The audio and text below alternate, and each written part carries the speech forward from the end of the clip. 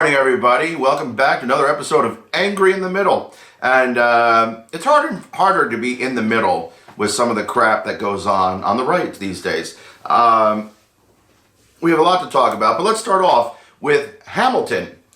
You know how hard it is to get tickets to Hamilton? In fact, I get emails from people that give me the Broadway grosses every week.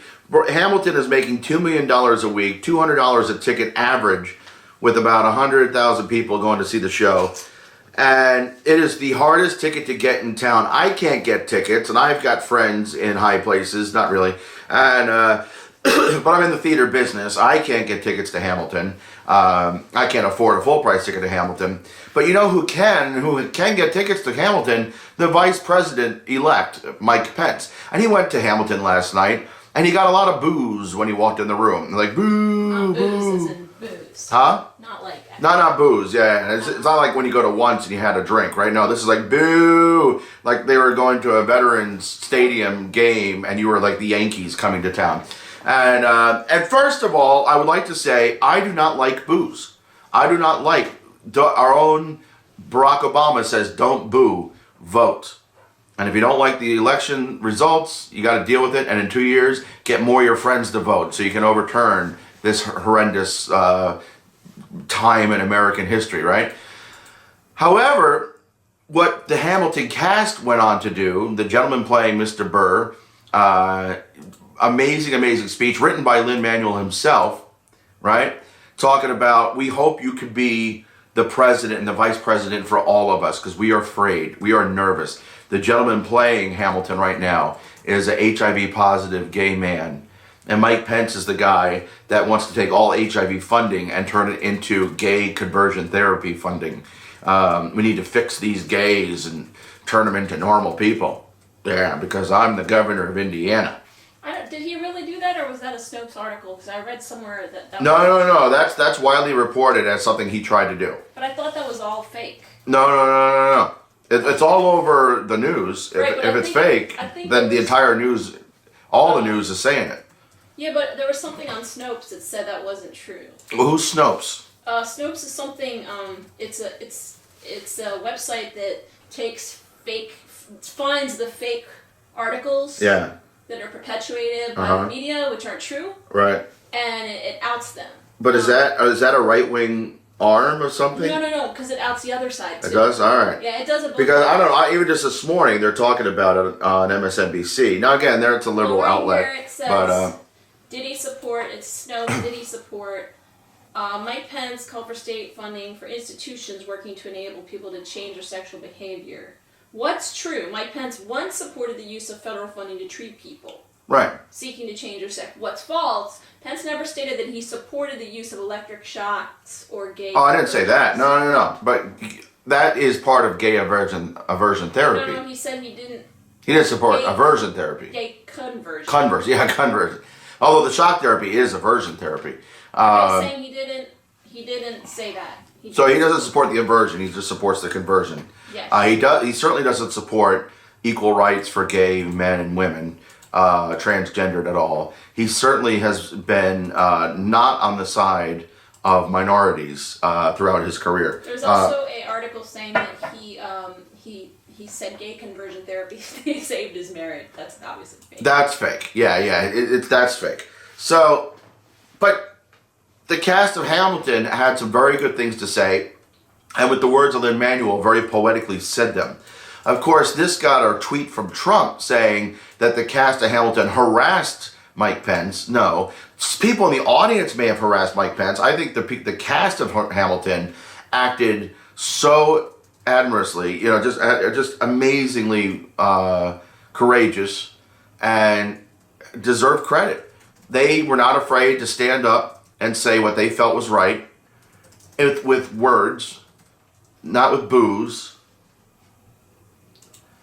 We can't just go around booing everybody. There's just two sides of this. We can't just go around booing everybody. It's bad sportsmanship, right? I don't know who you guys and people watching this, where you grew up, or who your parents are, or who your teachers were, or who your coaches were. I was taught that you don't boo. Booing is rude. You don't boo the other team. You try to beat their asses on the field. And if you lose, you lose. but you don't boo them. You try to beat them by being better. You try to meet them by being their equal at least. You try to show them and lead by example, show them what the better way. If we had more people doing that, I think we'd be better off. But just booing, you might as well be Philadelphia Eagles fans or Boston Red Sox fans. Like the worst sportsmen in history, right? Look at the Cubs. The Cubs, they finally won. But you know what? For years and years and years, they just took it and loved their goat. Not Curry goat, just they had a goat. So, you know, we need to like fix this problem. But the other side of it, Donald Trump, you're not helping. You're certainly not helping by having Steve Bannon, Breitbart guy, in the White House, and they're trying to spin this guy as some sort of like man of the people. He's not.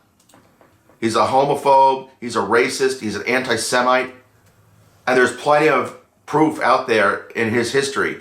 All of a sudden, because here's your right-hand guy, and you're like the evil devil on your left shoulder. It's almost like the old Warner Brothers cartoons, and all of a sudden you get, or Tom and Jerry, or every cartoon's done this at some point, Family Guy, right? You have the angel and the devil, right? Only he's got Rance Priebus, who's like a minor demon, and Steve Bannon, who's like the Lucifer himself, right? He's giving all of us Irish people a really bad name. I'm sorry, not all Irish are racist motherfuckers. We're not. A lot of us are, but we're not all. You know what I mean? But Steve Bannon is like one of the worst of the worst. And the scary thing is like that they are right about, he is a brilliant strategist. He has worked his way into the White House as one of the most powerful people in the world at this point with the job he's about to have. And then as his press secretary, Laura Ingraham, who's out there saying, can we just get rid of this alt-right term? It's just like people that don't like, the mainstream media doesn't like us. No, you guys created the term alt-right. Steve Bannon virtually created the term alt-right and calls his own Breitbart the champion of the alt-right, the media for the alt-right. For all the David Dukes in the world, you're like his favorite newspaper online, if he has internet, wherever stick he's living in. And I don't like being the guy. I don't like it when just liberals go out there and just start saying racist, racist, racist, racist. But you know what? We're not going to call everybody racist. We're going to call Steve Bannon a racist. We're going to call a spade, which is kind of a racist term. Sorry. Mike Pence. I don't think Mike Pence is as bad as Steve Bannon. No. But he's no saint when it comes to minorities and gays and Jews. The direction is scary. Now, we were starting to feel better because it looks like Rudy Giuliani's not going to be Secretary of State. But Jeff Sessions as Attorney General is a little alarming for a few people. You know, they've had 8 years of Attorney Generals investigating racist activity by cops, by others, and by governments. You know, they've tried to put everyone on equal playing field. And the feeling is that Jeff Sessions is going to be anything but. Chris Christie is out.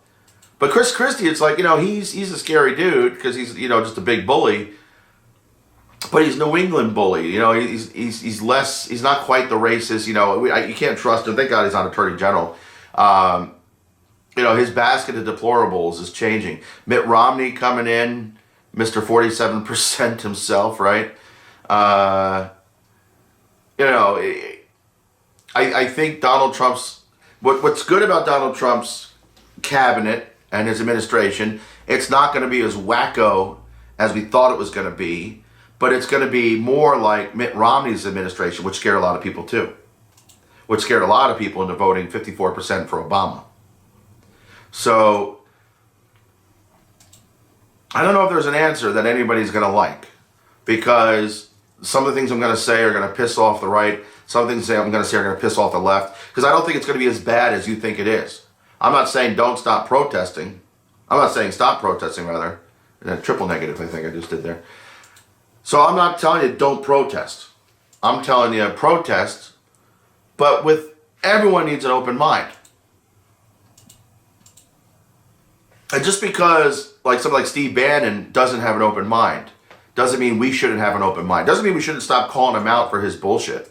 But we need to have that empathy. We need to have that open mind. We need to have that dialogue. And someone's got to start it. Because clearly Donald Trump's not going to start it. Donald Trump Twitter reacts like a fucking 13-year-old mean girl. He's like a junior high bully. His civics are less than mine at 9th grade. His civics knowledge is less than what I had at 9th grade. And if I'm wrong, then he just needs to prove me wrong. And I hope he proves me wrong. I hope they all prove me wrong. Steve Bannon's trying to say, no, I'm an economic nationalist, not a white nationalist. I hope he's right. I hope he's right. Because even as a white man, I'm scared shitless for a lot of friends. And because they're scared. They're afraid to leave New York City because they don't know what's out there waiting for them. New York City isn't safe anymore. New York City is not completely safe, but they have their clusters of neighborhoods where they feel safe in. No, but there's swastikas being painted Yeah. on buildings in the West Village. Yeah, there's offensive shit happening. But I don't think they feel being attacked by white supremacists in Manhattan. I don't think. They might feel being attacked by cops unnecessarily, if it's Giuliani time again. I can understand that. Is it going to be Trump time when the FBI comes calling and starts deporting people? Is it going to be Steve Bannon time when people start getting arrested for minor offenses because they're not white men? Now that sounds extreme, but I think all the protests and all the anger on our side, and I'm in the middle, middle and the left, is there because we don't want that to happen. We can't afford that to happen. We can't afford to go backwards. Making America great again cannot mean making America great again for white men. What everybody hears when they hear MAGA. Hashtag MAGA. Make America great again for white men. And if it stopped being great for white men, opportunity hasn't left us. Your jobs may have left because of the rich fucks that took their plants elsewhere to get cheap labor in China and other places. But you can't put that on Washington. But Washington didn't let them do it. Washington's been trying to get them not to do it. But there's nothing we can do sometimes about that kind of stuff. With all the corruption in unions, it's been so easy for them to dismantle unions in places like Wisconsin. If there wasn't so much corruption in some of these organizations, governors like Scott Walker couldn't destroy teachers' lives in Wisconsin. So we got to police our own a little bit. We got to hold our own accountable a little bit. Because if the unions are strong, a lot of this doesn't happen. If the unions are strong, you have more of a voice. But if the unions are corrupt, they destroy your voice. So all of our institutions, religion, when religion's strong, it emboldens the community. It protects the community. It feeds the hungry. It shelters the homeless. It clothes, right? But you have religious leaders that use the pulpit to denounce gays in some cases. Not a lot, but they're out there. The ones that hosted that horrible thing back in the spring with Ted Cruz and Marco Rubio. Maybe not Marco Rubio. I think it was Ted Cruz and Scott Walker. There were like 3 or 4 other Republican nominees that showed up at this thing. Definitely Ted Cruz. And Jake Gyllenhaal. And who's the guy from... not Jake Gyllenhaal. From, and I said that by joking because it's not that, but, the creepy guy from New Orleans, from Louisiana. This element exists out there. And I understand why everybody's so angry and voting for Trump, and not the majority, clearly, because the majority voted for Hillary, a slim majority. But there are just enough people out there that voted for Trump, these red states, with slim majorities, just enough to control a good part of our country with a slim majority. There's enough of us on the coasts that we beat them out, but the way Electoral College works, we got to be diligent.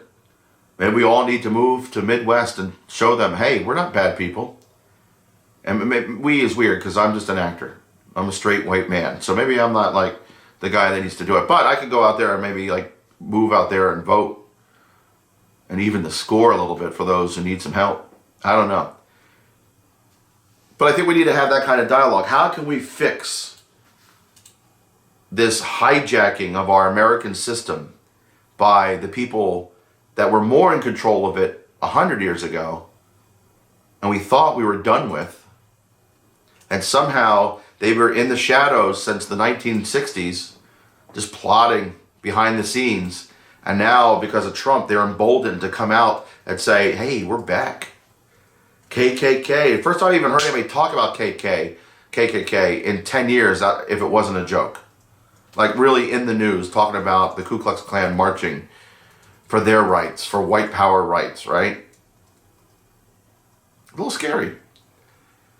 Kudos to the cast of Hamilton. Your words were brilliant.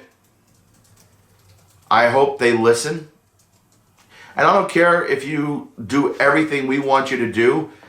If you're listening and stopping the bombastic rhetoric, stopping, and Trump has curved a little bit, but these tweets, he still does these tweets. They're like anti-presidential at the least. To be kind, it's not presidential behavior. We want you to be the president for all of us, but all of us means not just people who look like me. All of us means black, Hispanic, Muslim, Jewish, gay, and yada, yada, yada, go down the line. Places that, that are just marked as other. Because we don't know how to categorize them, right? We don't need to categorize anybody. We need to stop categorizing people. We need to stop labeling people. We need to stop putting people in a box. Because they deserve better. You deserve better. No one deserves to be put in the box of racism. You really, for some, got to stop putting yourself in that box, but it's not fair to put somebody in that box either. I think in some ways, if nothing else, that one word simplifies the problem way too much. Doesn't deal with the real issue. So it's going to be up to the artists, as it almost always is, to tell it like it is. The comics, the singers, the poets, the dancers. Show the world where the real beauty is. Show the world how to see beauty. Show the world how to feel empathy. Because that's what we do best. The wisdom of the artist is going to be one of the saving graces the next 4 years. And with that note, I'm going to go make people laugh doing some comedy in Times Square at 3 o'clock at the Broadway Comedy Club. I'm not doing this as a plug. I'm going to do my part as an artist. One of the most powerful things I get to do is make people laugh. And give people a little break from all the nonsense in their lives. And that's perpetuated. And there's a lot of people out there doing more harm than good from the Trump world. So I hope you stop. I hope you start to become a force for good. Because if not, I know Obama wasn't perfect, but I think he was a force for good. He was a force of hope. And a lot of people that were feeling hope for the first time in a long time in the last 8 years are scared. And you've done almost nothing to make those fears go away. One little comment on 60 Minutes saying, well, if you're out there doing heinous acts, stop. A lot of people didn't watch that. More people saw your tweet that said Mike Pence is being harassed by the cast, which is not true. Not true. He was being booed by the audience. which is deplorable. A lot of deplorable stuff going on. Hey guys, we'll see you guys soon. I'm going to go finish some more coffee. We'll see you at the comedy club.